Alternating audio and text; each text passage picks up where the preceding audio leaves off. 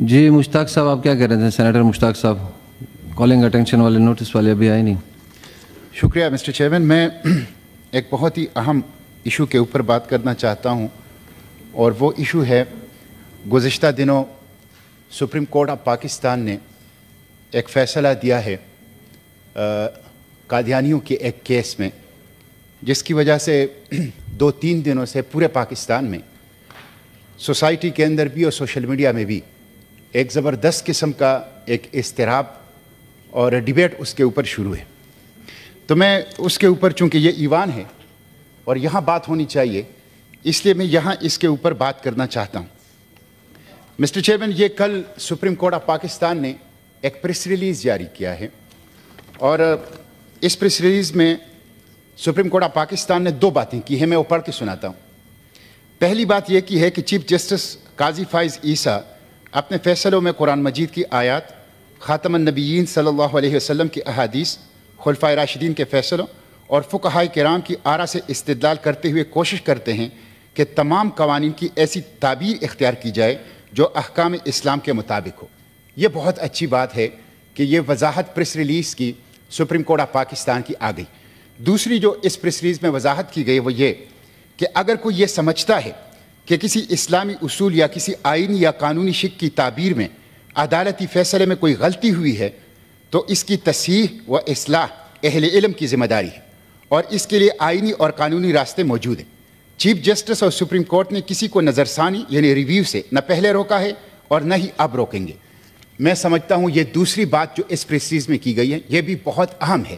چونکہ Saint of Pakistan اہل علم کی مجلس ہے، ایوان بالا ہے، اس لیے میں اس کے اوپر اپنی آراء اس ایوان کے اندر دینا چاہتا ہوں کہ اس فیصلے میں قانونی طور پر لاجیکلی کیا مسائل ہیں اور اس کی اصلاح کیسے ہونی چاہیے.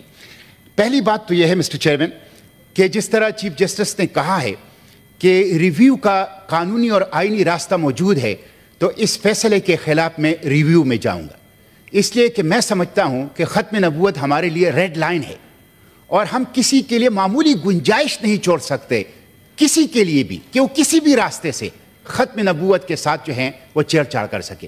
تو سب سے پہلی بات تو یہ ہے کہ اس پریس ریلیز کی روشنی میں جس طرح انہوں نے کہا ہے کہ قانونی اور آئینی راستہ ریویو کا موجود ہے، تو اس قانونی اور آئینی راستے کے تحت میں خود اس فیصلے کے خلاف ریویو میں جاؤں گا. نمبر 1. دوسری بات یہ ہے کہ اس فیصلے میں جو کہ میرے ساتھ پڑا ہوا ہے مسٹر چیئرمین، آپ لوگوں نے بھی اس کو دیکھا ہوگا، بہت وائرل ہے یہ فیصلہ ہے. اس فیصلے میں غلطیاں ہیں.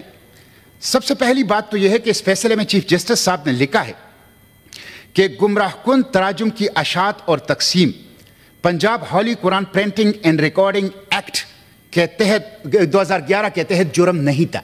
یہ ایک صریح غلطی ہے جو کہ سپریم کورٹ آف پاکستان سے ہوئی ہے.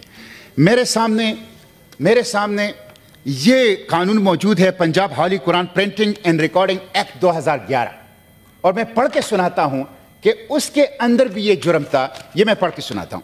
اس کی سیکشن 9 جس کے تحت FIR، جس کے تحت اس فیصلے میں ذکر کیا گیا ہے، penalty: a printer, publisher or a proprietor of a recording company who contravenes any provision of this act or the rules made thereunder, or a person in whose voice a record is prepared, or a person who has certified under subsection 3 of section 5 a specimen copy or record of the Holy Quran which is not in conformity with the provision of this act shall be liable to imprisonment for a term which may extend to 3 years or with fine of not less than 20,000 rupees or with both. تو یہ 2011 کا supreme court نے جو لکھا ہے کہ 2011 میں یہ جرم نہیں تھا، یہ جرم تھا. یہ امینڈمنٹ سے پہلے جرم تھا. امینڈمنٹ کے بعد اس میں فائن کے اندر اضافہ ہوا ہے، قید کے اندر اضافہ ہوا ہے، اور اس میں الیکٹرانک ڈیوائس کو بھی شامل کر دیا گیا ہے. تو سب سے پہلی غلطی تو یہ سپریم کورٹ آف پاکستان کو اس غلطی کی اصلاح کرنی چاہیے، اور یہ جرم تھا، یہ امینڈمنٹ سے پہلے بھی جرم. تو دوسری بات یہ. تیسری بات یہ مسٹر چیئرمین کہ عدالت نے کہا ہے اپنے فیصلے میں کہ 298C کے تحت بھی اس فرد نے کوئی جرم نہیں کیا ہے جو مبارک ثانی نام تھا. یہ بھی غلط ہے. وہ تبلیغ کر رہا تھا اور تبلیغ جو ہیں مسلمانوں میں تحریف شدہ جو تراجم تھا اس کی تقسیم کر رہا تھا.